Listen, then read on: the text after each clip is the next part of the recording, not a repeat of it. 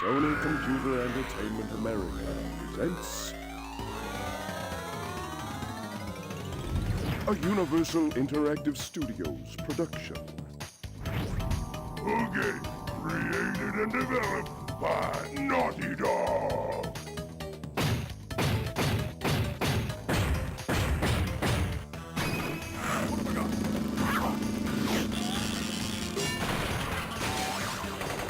Crash Bandicoot 4. Hi guys, welcome back to a new project, or welcome to a new project I should say.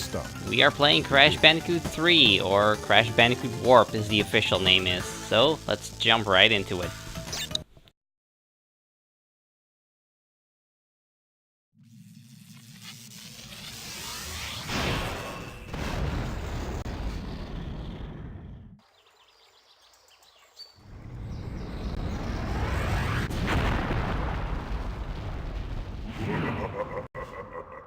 Free at last.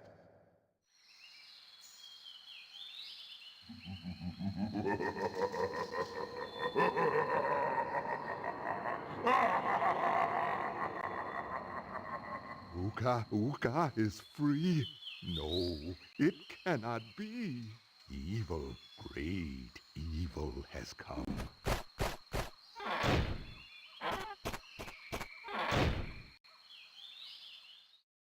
None dare to fail to break Uka even once. But you, Cortex, you have failed me twice. Great Uka, it was that infernal Bandicoot. From deep inside my temple prison, I sent you simple instructions to follow. But you lost the gems, you lost the crystals, and I have lost my patience.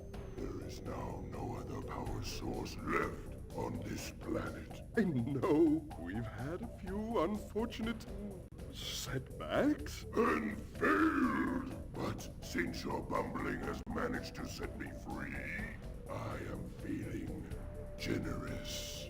There is still a way for us to amass the power needed to enslave this miserable planet. And this time the great Uka will make sure that you do it right. After many eons, my evil twin, Uka, has been freed from his underground prison. Long ago, I locked him there to protect the world from his malice. Now, free once again, he must be stopped.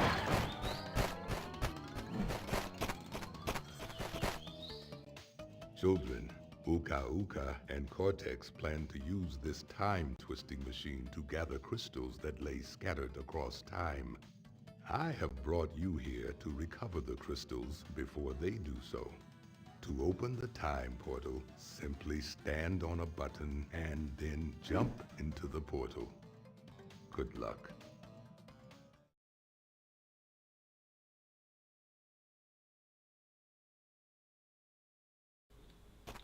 So we are now in control of Crash once again. For our third game here. This one plays very much like Crash Bandicoot 2. You have all your moves you did in that game. This hub area, the Time Twister, is kind of set up like the warp rooms were in Crash Bandicoot 2, except a little bit different. They're all on the same floor now, and you can go into the first one here, and we have these 5 buttons that will lead into our different levels. So without further ado, let's just jump right into Toad Village, our first level here.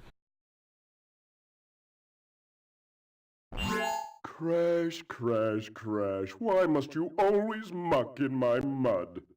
Oh look, I have a mask helping me too. We will find out which one is more powerful soon enough.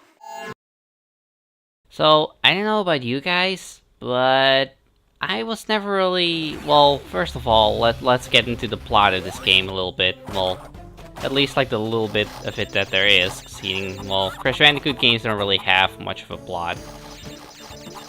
But yeah, so this game assumes that you got the true ending on Crash Bandicoot 2, the 100% ending. And when Nitrous Brio blew up the Cortex Vortex, a piece of it landed on what was Uka Uka's prison and freedom. And apparently he has been the one who has been pulling the strings behind the scenes these two games without us knowing. And I don't know, I never really liked Uka Uka very much. I always thought Cortex by himself was a pretty good villain, and now that Uka Uka has taken over the lead as the main villain of the game, and Cortex is kind of a side, well, not really a side character. I mean, he's still like one of the biggest villains in the game, but his role has been kind of dumbed down a bit, and that's something that always kind of bugged me a little bit. But that's just my gripe on the story. Unlike most people's favorite Crash Bandicoot game, most people like this game the most out of the three. As I've stated before, for me it is the second game. And I don't mean to be hating on this game too much, mind you. I know that's what I've been doing for the first part of this video. But I don't hate this game. I still love this game. It's still an amazing game, and it definitely lives up to the other two Crash Bandicoot games. It's just not my favorite. But let's not talk about the things that I don't like about the game, because that's a terrible thing to do in the first episode. Let's talk about the things that I do like about the game. So, just like in Crash 2, you collect a crystal in the level, which ironically is right here, just as I was talking about it. And then you have these boxes you collect for a gem, and in this game they actually show you how many boxes you need right from the start. You don't have to wait till the end of the level to see how many you need. And especially because bonus areas do that too. I especially like it for the bonus areas, because that means that they won't be able to pull the crap on you like they did in Crash Bandicoot 2 and Cold Hard Crash, where they hit that one box in a really jerkish place. So that's one thing that I definitely do like about this game. Another thing this game does is it has a really wide variety in levels. Because this was kind of like a normal level like we're used to. But already we're going into something new. And Under Pressure here, our second level, we're going to see a new mechanic that they introduced in this game, which is water levels, because everyone likes these. Actually, the water levels in this game are handled pretty well. Usually water controls feel kind of sluggish, and while that is true in this game as well, it's just a problem with water levels in general. You can still like spin, and you can press the X button to speed up, so really, I don't really have a problem with water levels in this game. They're pretty fun. These water areas, of course, don't have bonus areas, because that would be kind of weird if they did. There's not really any good way to hide like a separate path in a water level like this. But yeah, we have these sharks and these mines. So far, I haven't gotten hit yet, which is surprising, with the way I usually play, and I probably shouldn't have said that, because I'm probably gonna get hit by something now. We already have 92 boxes in this level, so already we're in a pretty big level. And Crash Bandicoot 3, it doesn't have like what Crash Bandicoot 2 had with Cold Hard Crash, and it certainly doesn't do any of the crap that Crash Bandicoot 2 did that made that game challenging. I'd say this is an easier game than Crash Bandicoot 2. But it still offers a decent challenge. There's definitely some levels in this game, again, that are really hard to get 100% on. If you have played this game before, you probably know what I mean. Especially if you've played some of the bonus levels this game has. Oh my god. But that said, we are still doing well here. I'm gonna have to... I was thinking about rushing that, but I'm like, I haven't gotten hit yet. I don't want to rush and risk getting hit now. Also, I don't believe you can get invincibility in these levels. I think the way it works is if there is an Aku Aku box, it will actually turn into a regular box if you already have two, which is interesting. Or at least I think that's how it works. I don't remember ever having 3 masks in these levels. Oh, I'm kind of stuck between these here.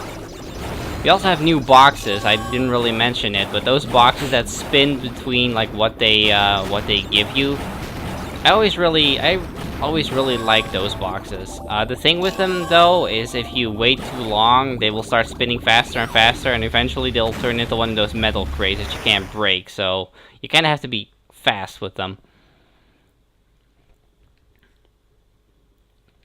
So that gives us our second crystal, and I think we're up to 10 minutes, so we have time for another level. Let's just hop right into the third level, why not? Or should I... No, I'm actually gonna show off something different. We're gonna go back into the first level, because as you can see, we're missing something. Crash, Coco, if you have already retrieved a level's crystal, then you will find a floating clock when you enter for the second time. This floating clock activates time trial mode. Grab it, and the clock will start ticking. Race for the end to get the best time. But beware, some elements will change.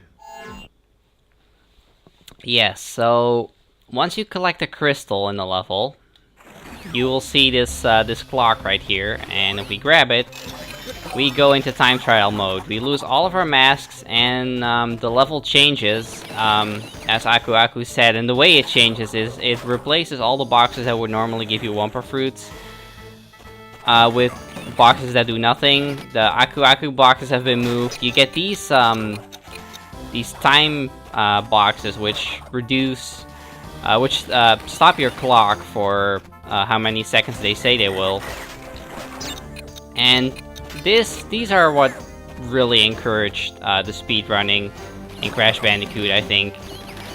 There is actually a reward for getting the best time on every level in this game, which is how you get 101%, which I won't be doing because I've never been able to do it. I can't speedrun worth crap, so I'll be getting 100%, but not 101%. That last thing I won't be getting. So in time trial mode, there are no checkpoints, and you also don't lose any lives, so you can try this as many times as you want, and we're already at the end of the level here, so let's see how we do.